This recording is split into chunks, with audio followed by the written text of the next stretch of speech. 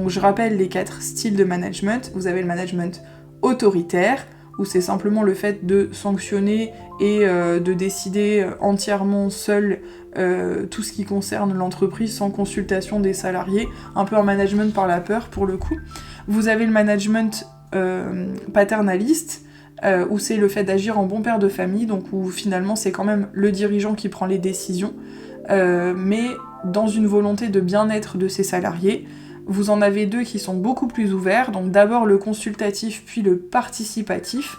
Le consultatif fait qu'il y a un lien et une discussion qui est faite avec les salariés, pour autant le dirigeant tranche à la fin, mais il y a quand même un dialogue qui s'enclenche, et le dernier est participatif, c'est-à-dire que la prise de décision est bien souvent démocratique au sein de l'entreprise.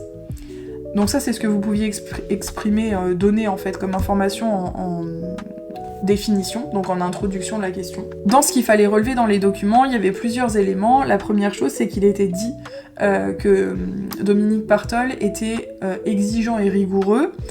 On avait aussi un détail disant qu'il décidait de développer soit des produits, soit des idées, même lorsque les collaborateurs étaient dubitatifs et prudents, et qu'il communiquait lorsque la décision était prise.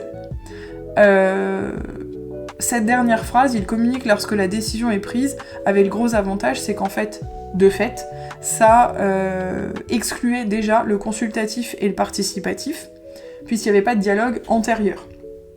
Nous restait autoritaire et paternaliste, et là pour le coup, vous aviez des éléments, puisqu'on disait que l'employeur se souciait du bien-être de ses salariés, et qu'il avait mis en place pour ça différentes modalités, donc les événements, etc.